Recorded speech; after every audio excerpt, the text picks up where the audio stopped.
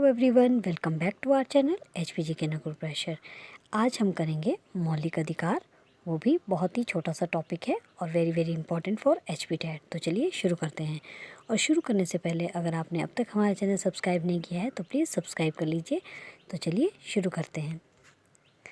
मौलिक अधिकारों के बारे में सबसे पहले जानेंगे, इसका अर्थ क्या होता है।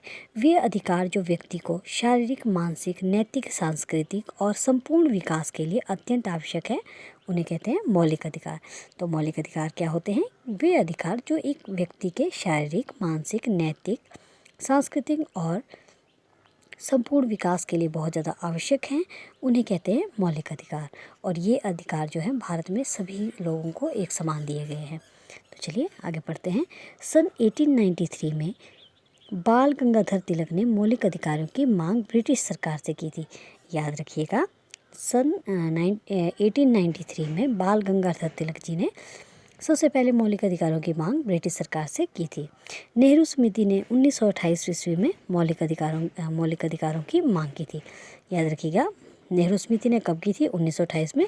लेकिन 1893 में यानी कि 1893 ईस्वी में ब्रिटिश सरकार से किसने मांग की थी? बाल गंगाधर तिलक जी ने। नेक्स्ट क्वेश्चन है, भारतीय संविधान के अनुच्छेद 14 से लेकर अनुच्छेद 32 तक जो है भारतीय नागरिकों को 6 अधिकार प्रदान किए गए हैं। पहले इनकी संख्या 7 थी, लेकिन अब जो है इनकी संख्या 6 कर दी गई है। और संपत्ति के अधिकार के जो है एक विधिक अधिकार बना दिया गया है। तो ये याद रखना है आपने। और ये याद रखिएगा, भाग 3 में वर्णित हैं। भारत जो मौलिक अधिकार हैं उनका वर्णन कितने भाग में है? तो ये है भाग 3 में 12 से 35 तक जो है मौलिक अधिकारों का वर्णन किया गया है अनुच्छेदों में। तो चलिए अब देखते हैं। सबसे पहले जो 6 अधिकार हैं उनके बारे में जान लेते हैं। समानता का अधिकार 14 से 18, आर्टिकल 14 से 18 तक क्या है? समानता का अधिकार। स्वतंत्रता का अधिकार 19 से 22 तक, याद रखिएगा। आर्टिकल 19 to 22 जो है ये है स्वतंत्रता का अधिकार।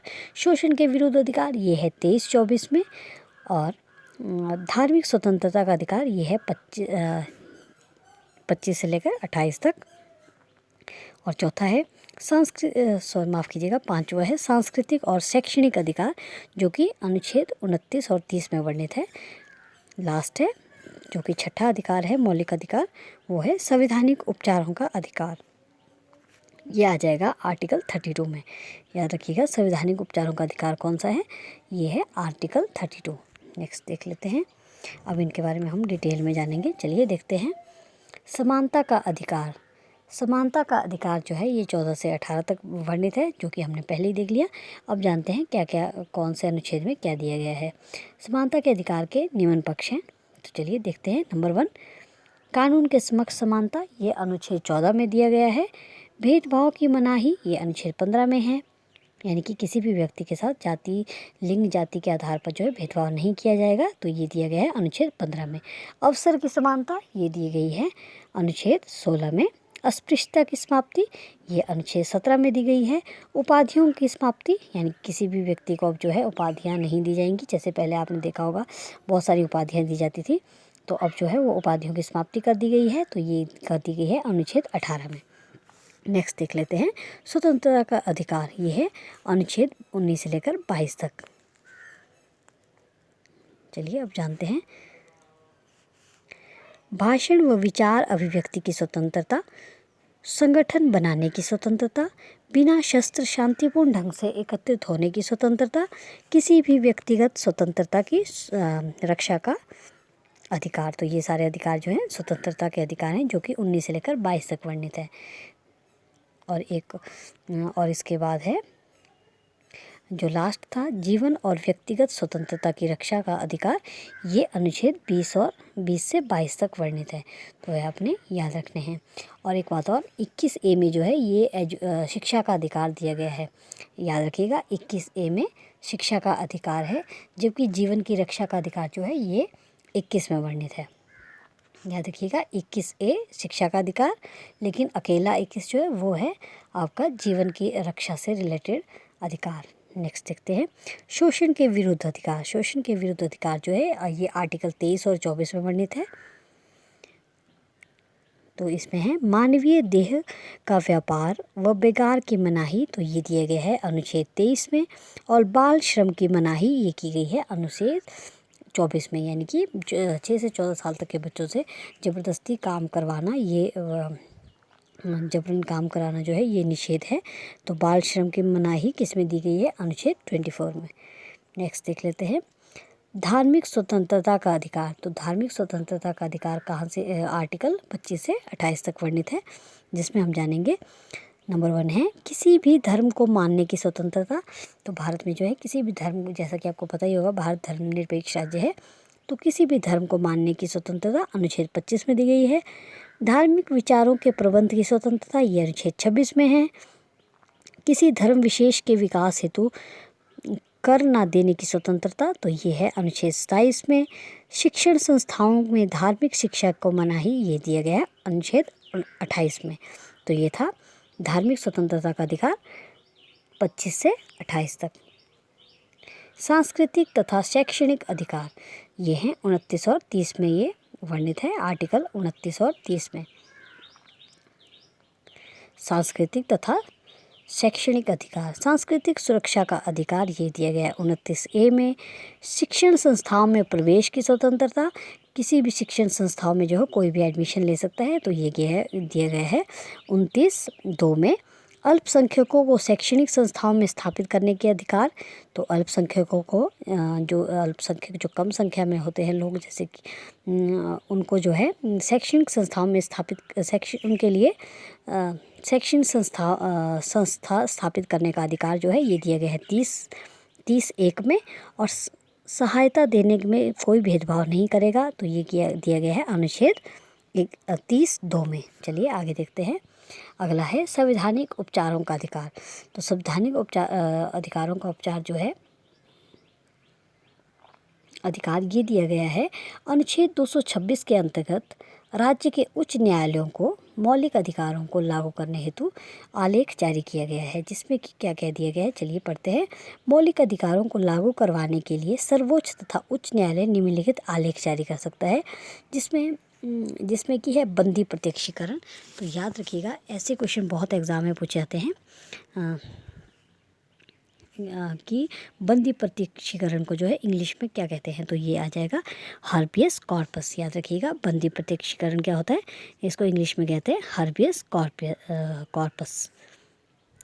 ये होता है जब व्यक्ति को अवैध रूप से बंदी बनाया जाता है, जब व्यक्ति को जो है बिना उसकी गलती के उसको बंदी बनाया जाता है, तो सर्वोच्च न्यायालय उस बंदी बनाने वाले अधिकारी को आदेश देता है। तो जो अधिकारी होते हैं जिन्होंने उसे बंदी बनाया होता है, उनको आदेश दिया जाता है कि वो बंदी बनाए गए व्यक्ति को जो है 24 घंटे तक का समय दे, ताकि वो खुद को सही प्रूव कर सके। तो ये होता है आपका हर्बियस कॉर्पस, यानी कि बंदी प्रत्यक्षीकरण। नेक्स्ट है परमादेश। परमादेश होता है मैडामस। परमादेश को इंग्लिश में कहते हैं मैडामस। आजकल टेट में बहुत पूछा जा रहा है ये कि इनके इंग्लिश में मीनिंग जो है कि बताइए कि परमादेश को क्या बोलते हैं। ऐसा क्वेश्चन जो है देखने को मिले हैं। यह उस समय जारी किया जाता है जब कोई पदाधिकारी अपने सार्वजनिक कर्तव्य का निर्वाह नहीं करता। जब कोई पदाधिकारी जो होता है वो अपने जो उसका सार्वजनिक कार्य है उसको जो है वो नहीं करता है, तब मैडामस यानी कि परमादेश दिया जाता है। नेक्स्ट है प्रतिषेध या निषेधालेख, जिसको इंग्लिश में कहते हैं प्रोहिबिशन।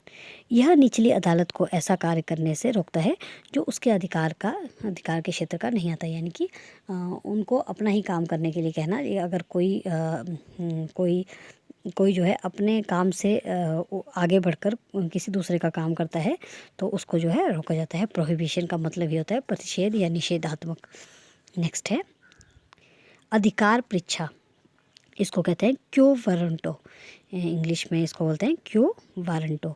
यह एक व्यक्ति को एक जन कार्यालय में काम करने से मना करता है। यह एक व्यक्ति को जो है, क्योंकि उसे जो है अधिकार नहीं है किसी भी यह एक व्यक्ति को एक जन कार्यालय में काम करने से मना करता है जिसका उसे अधिकार नहीं है।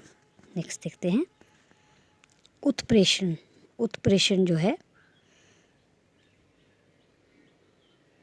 उत्प्रेषण आलेख जो है ये है आपका उत्प्रेषण सबसे लास्ट है। यह तभी जारी किया जाता है जब एक अदालत या न्यायालय अपने न्याय क्षेत्र से बाहर कार्य करता है। वह निषेध से अलग है। यह जो है निषेध से बिल्कुल अलग का है, यानी कि वह तभी जारी किया जाता है जब एक अदालत या न्यायालय जो है अपने न्याय क्षेत्र से बाहर कार्य करता है, लेकिन ये निषेध बिल्कुल नहीं है। और यह कार्य संभावित होने के बाद ही जारी किया जाता है, और यह कार्य जो है संभावित होने के बाद ही जो है इसे जारी किया जाता है। डॉक्टर भीमराव अम्बेडकर ने अनुच्छेद 32 जो कि संवैधानिक उपचारों का अधिकार है, उसे संविधान की आत्मा तथा हृदय कहा है। वेरी वेरी इंपॉर्टेंट, एग्जाम में पूछा जा सकता है कि डॉक्टर भीमराव अम्बेडकर ने किस अनुच्छेद को जो है, माफ़ कीजिएगा, किस अनुच्छेद को संविधान की आत्मा तथा हृदय कहा है। तो ये कहा है अनुच्छेद 32 को, जो कि है संवैधानिक उपचारों का अधिकार। संपत्ति का अधिकार मौलिक अधिकारों का सर्वाधिक विवादित विषय रहा है।